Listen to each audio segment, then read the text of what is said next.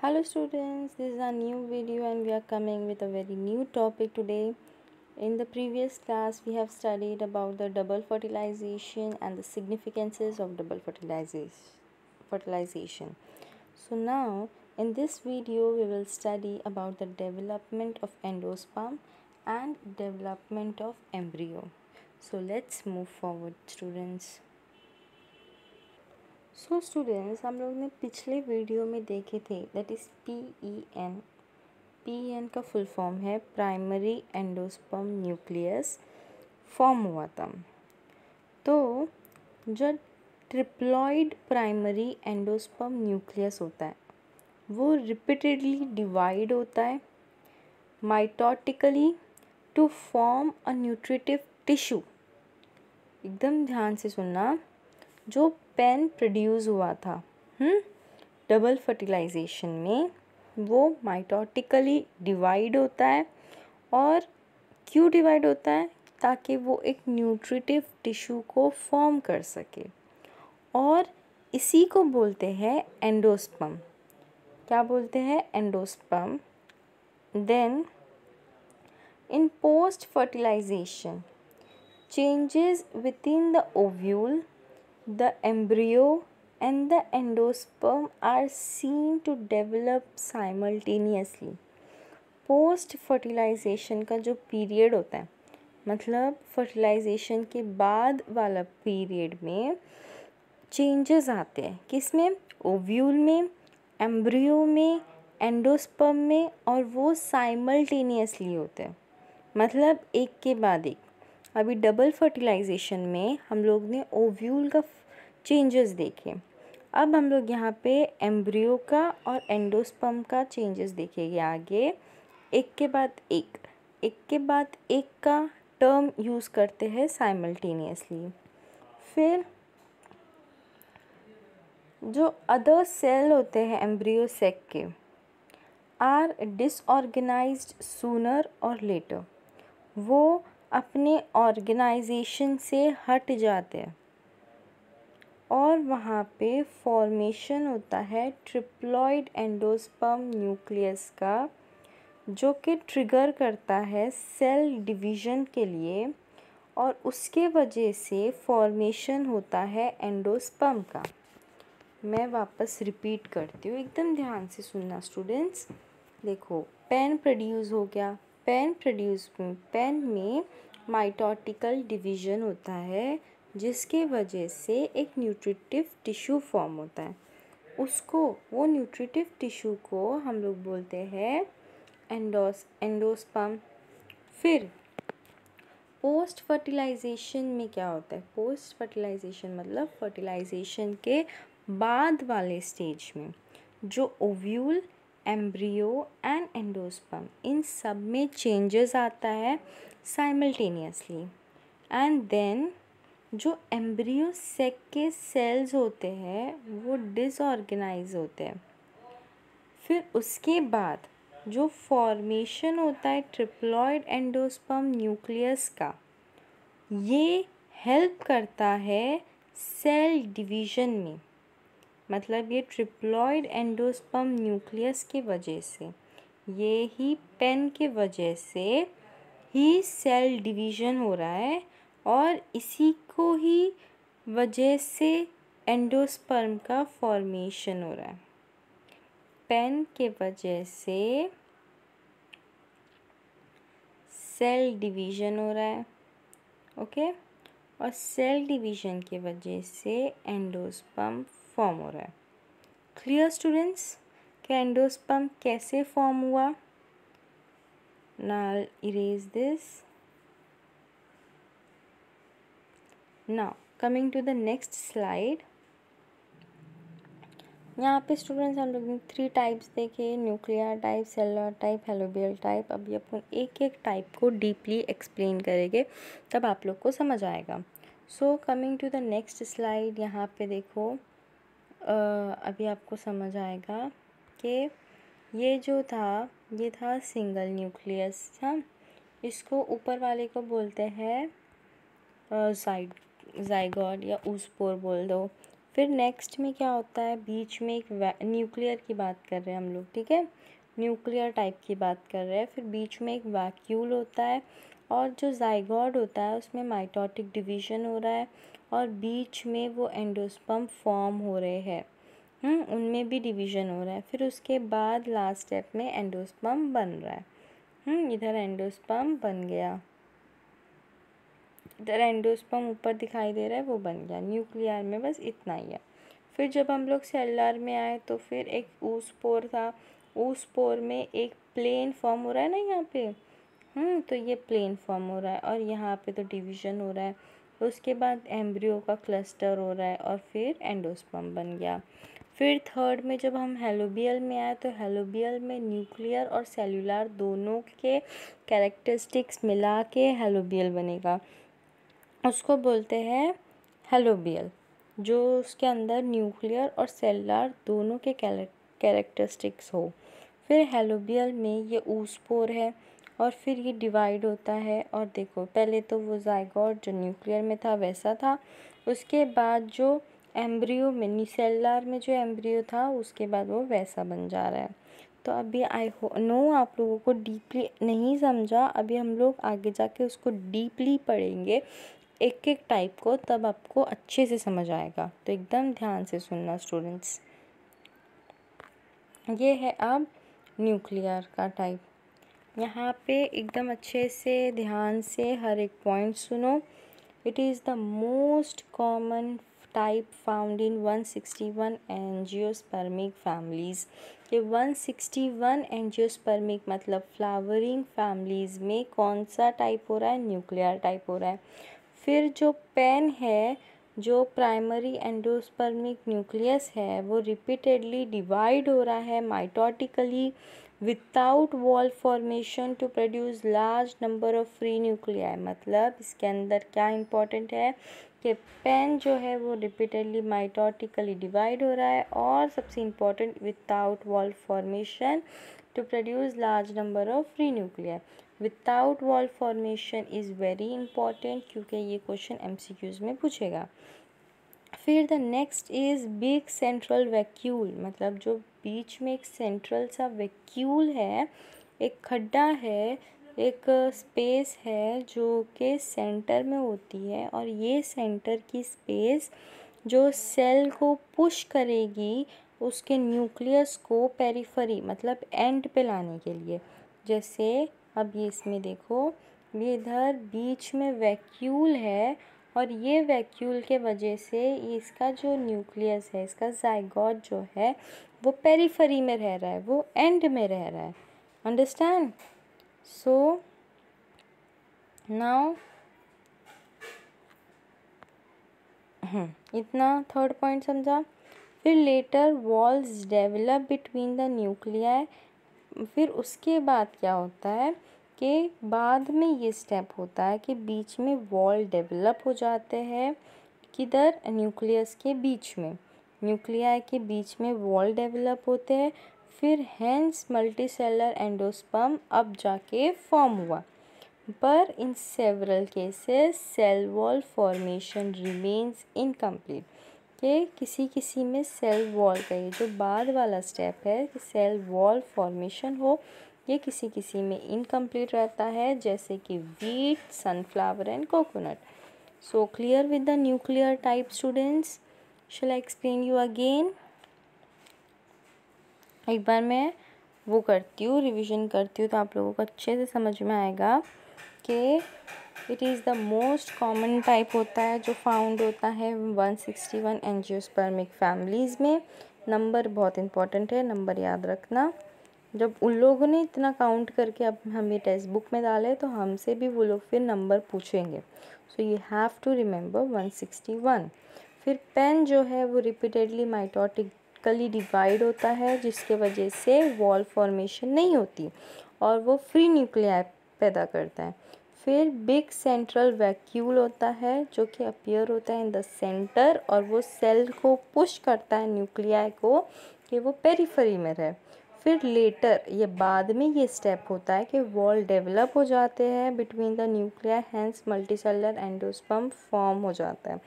पर किसी किसी केसेस में वॉल्स जो है वो डेवलप नहीं होते, जैसे कि वीट, सनफ्लावर और कोकोनट में। और coconut has a multicellular endosperm in the outer part and free nuclear as well as vacuolated endosperm in the centre. अब कोकोनट में क्या क्या रहता है? मल्टीसेलुलर एंडोस्पर्म होता है, मतलब उसका आउटर पार्ट जो होता है वो, फिर उसके अंदर न्यूक्लियर होता है वो फ्री होता है, फिर उसके अंदर वैक्यूलेटेड एंडोस्पर्म मतलब बीच में खड्डा भी होता है सेंटर में। So here it is done with the nuclear type. जो नहीं समझ में आएगा वापस से पीछे जाके अंडरस्टैंड करो। So now coming to the second type, that is cellular type. In some plants, division of triploid primary endospermic nucleus is immediately followed by fall formation. कुछ प्लांट्स में ऐसे होता है कि पेन जैसे ही डिवाइड हुआ वैसे ही वॉल फॉर्म हो जाता है। जैसे कि रिमेंबर, कुछ प्लांट्स में ऐसे होता है कि पेन के डिवीजन के फ़ौरन बाद वॉल बन जाता है, उसको बोलते हैं। फिर उसके बाद क्या होता है? Endosperm is cellular right from the beginning. मतलब पहला देखो, डिवीज़न होता है, इन सम प्लांट में डिवीज़न होता है जैसे पेन का, वैसे ही वॉल बन रहा है। फिर उसके बाद एंडोस्पर्म जो है इज सेल्यूलर, मतलब वो बहुत ज़्यादा सेल्यूलर होता है, सेल से भरा हुआ रहता है, और उस बिगनिंग से ही, मतलब स्टार्टिंग से ही वो सिंगल सेलुलर नहीं होता है, वो सेल्यूलर होता है। And it is mostly observed in 72 families of dicot as in member. और ये डाइकॉट में होता है। और ये कौन कौन से मेंबर्स, मतलब ये सब मेंबर्स है, बैल्सम, पेटोनिया, एडोक्सा, ये सब इसके एग्जांपल्स है जिसको हम मेंबर्स बोलते हैं, क्योंकि इसके अंदर और ज़्यादा डिवीज़न होते हैं तो इसलिए लोगों का नाम मेंबर्स है।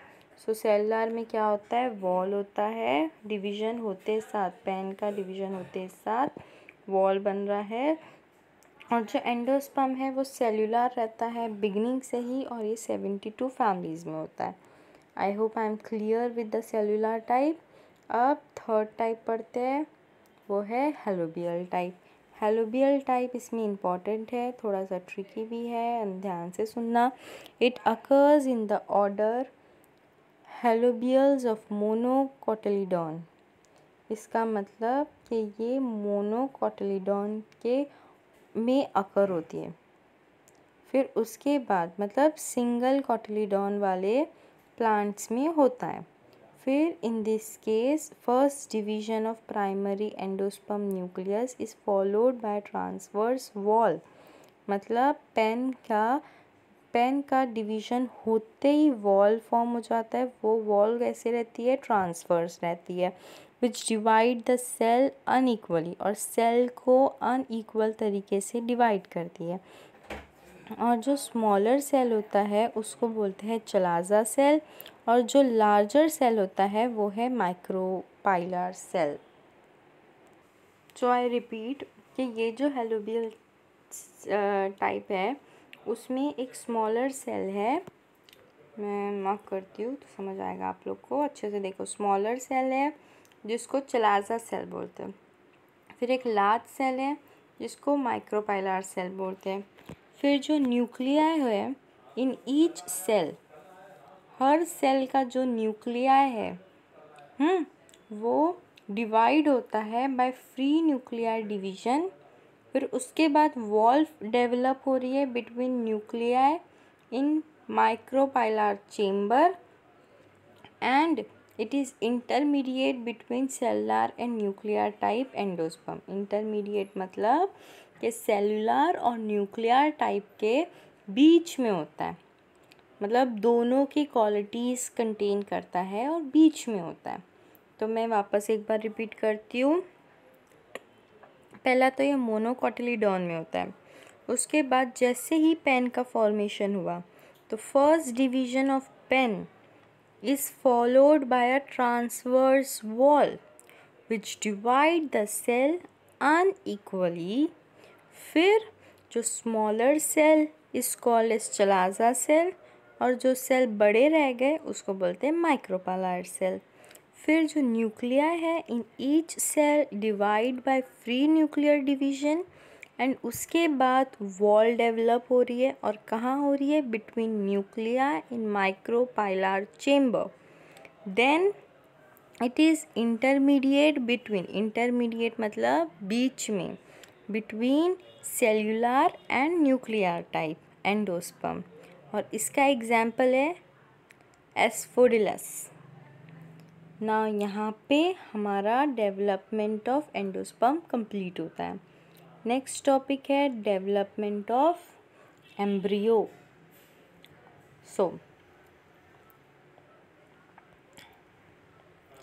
नेक्स्ट टॉपिक है हमारा development of embryo.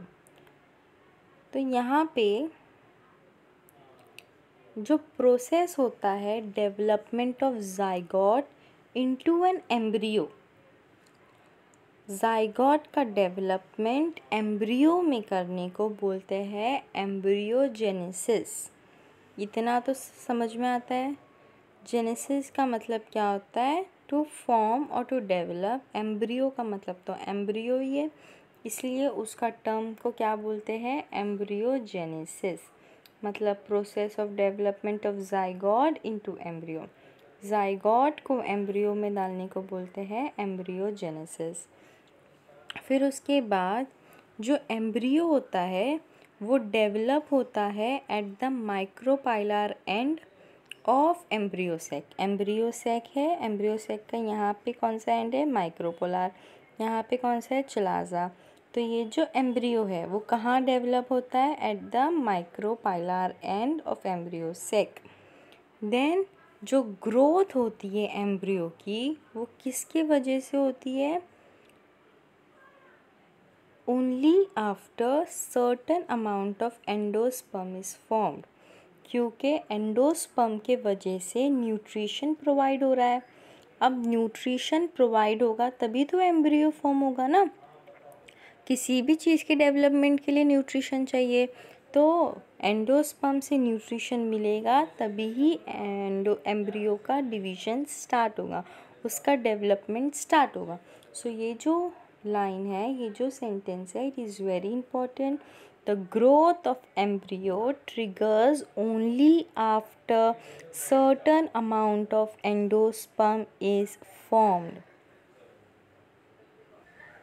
So now वहाँ पे हम लोग ने एंडोस्पर्म में भी पढ़े, हेलोबियल में, कि वो उसके दो टाइप होते हैं। यहाँ पे भी जो जाइगोट जब डिवाइड होता है टू फॉर्म 2 सेल एम्ब्रियो, मतलब यहाँ पे भी जब जाइगोट डिवाइड हो रहा है तो 2 सेल फॉर्म हो रहा है, एक लार्जर सेल, एक है स्मॉलर सेल। तो जो लार्जर सेल है टुवर्ड्स द माइक्रोपाइल, उसे बोलते हैं बेसल और सस्पेंसर इनिशियल सेल। बेसल और सस्पेंसर इनिशियल सेल, कहीं जगह बेसल सेल पूछेगा, कहीं जगह सस्पेंसर इनिशियल सेल लिखा रहेगा, बट ज़्यादातर सस्पेंसर ही यूज़ करते हैं। ओके, बट कभी कभी एग्जामिनर आपको कंफ्यूज करने के लिए बेसल भी बोलेगा। फिर नेक्स्ट जो स्मॉलर सेल है टुवर्ड्स चलाजा, उसे बोलते हैं टर्मिनल और एम्ब्रियोनल इनिशियल सेल। उसे क्या बोलते हैं? चलाजा के टाइप, इधर स्मॉलर सेल्स हो गए ऊपर की तरफ, ओके, बेस पे, तो उसे बोलते हैं टर्मिनल या फिर embryonal initial cell. Clear with the terms? Now students, ये मेरे को पूरा ही जो इम्पोर्टेंट लगा मैंने सब कुछ इसमें लिखने का ट्राई किया है, तो एकदम ध्यान से सुनना तभी समझेगा। अब जो सस्पेंसर सेल है, मतलब जो लार्जर सेल है, वो डिवाइड करते हैं ट्रांसवर्सली, मतलब सीधे in one plane to produce filamentous suspensor of 6 to 10 cells. मतलब जो नीचे का सस्पेंसर सेल होता है, ओके, वो अपने आप में डिवीजन करते हैं और वो 6 to 10 सेल्स फॉर्म करते हैं। फिर जो लोअर मोस्ट सेल होता है, सस्पेंसर का, उसको बोलते हैं हाइपोफाइसिस। हाइपो मतलब तो बिलो ही होता है ना स्टूडेंट्स, मैंने पहले की वीडियोस में बताया है। तो सबसे जो लोअर मोस्ट सेल होता है सस्पेंसर का, उसको बोलते हैं हाइपोफाइसिस। फिर जो सस्पेंसर होता है वो हेल्प करता है pushing the embryo in the endosperm. Embryo को वो पुश करता है एंडोस्पर्म में, नीचे है ना सबसे, तो वो एम्ब्रियो को पुश कर सकता है ना एंडोस्पर्म में, तो इसलिए सस्पेंसर सेल जो है वो पुश करता है एम्ब्रियो को इनटू एंडोस्पर्म। और सस्पेंसर तो लार्ज सेल भी है। फिर जो एम्ब्रियोनल इनिशियल होता है undergoes 3 successive mitotic division to form octet, मतलब जो ऊपर के सेल्स है वो लोग माइटोटिक डिवीजन में करते हैं, और ये सब 3 सक्सेसिव माइटोटिक डिवीजन होता है उनका, क्या बनाने के लिए, ऑक्टेट बनाने के लिए। जो लोअर टायर होता है 4 सेल्स ऑफ ऑक्टेट, ऑक्टेट के जो लोअर में होता है, लोअर सेल होता है, वो give rise to hypocotyl and radicle. मतलब अब ऑक्टेट बना, ऑक्टेट के सबसे नीचे वाले सेल पे, अब ऑक्टेट बना, ऑक्टेट का भी जो सबसे नीचे वाला सेल है उसको हाइपोकॉटिल बोलते हैं। हाइपो मतलब बिलो होता है और नीचे है तो हाइपोकॉटिल। और रेडिकल, जो लोअर टायर होता है 4 सेल का, वो give rise to hypocotyl and radicle. Various 4 cells of upper tier form the plumule and the 1 or 2 cotyledon। Octet मतलब क्या होता है, 8 होता है, तो 8 के जो नीचे के 4 होते हैं वो हाइपोकॉटिल और रेडिकल बनाते हैं, और जो ऊपर के 4 होते हैं वो प्यूम्यूल और कॉटिलीडॉन बनाते हैं। Clear students. फिर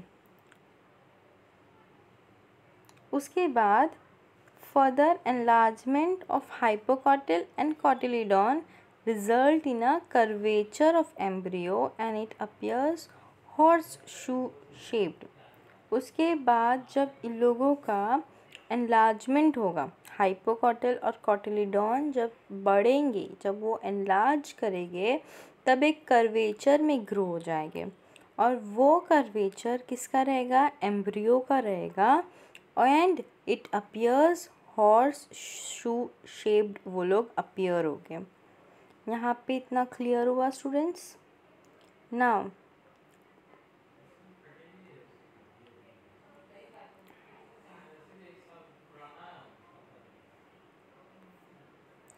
अब ये वाला पहले थ्योरी पार्ट समझो, फिर मैं आप लोगों को डायग्राम से बताऊंगी।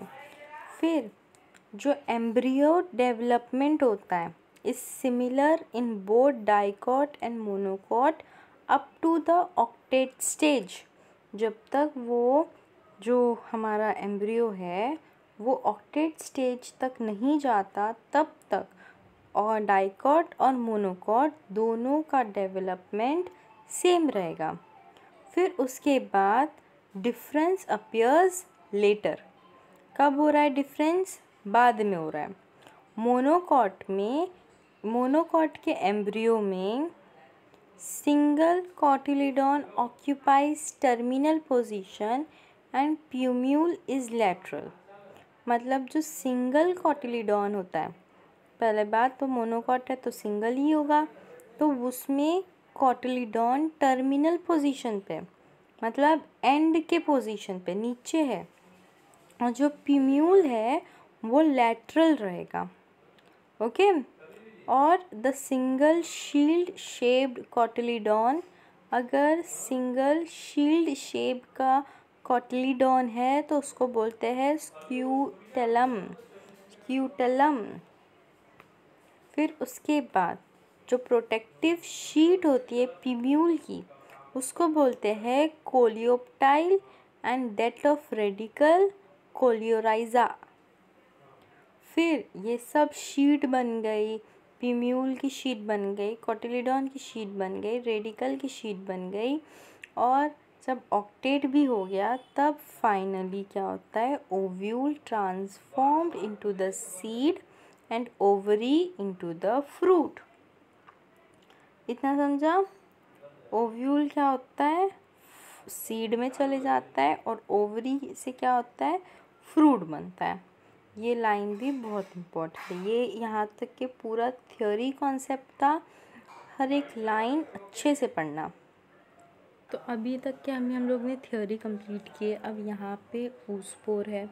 ऊस्पोर का मैंने बोली थी उसमें 2 सेल डिवाइडर है। ऊपर वाला बड़ा जो है वो सस्पेंसर है, नीचे वाला है एम्ब्रियोनल इनिशियल।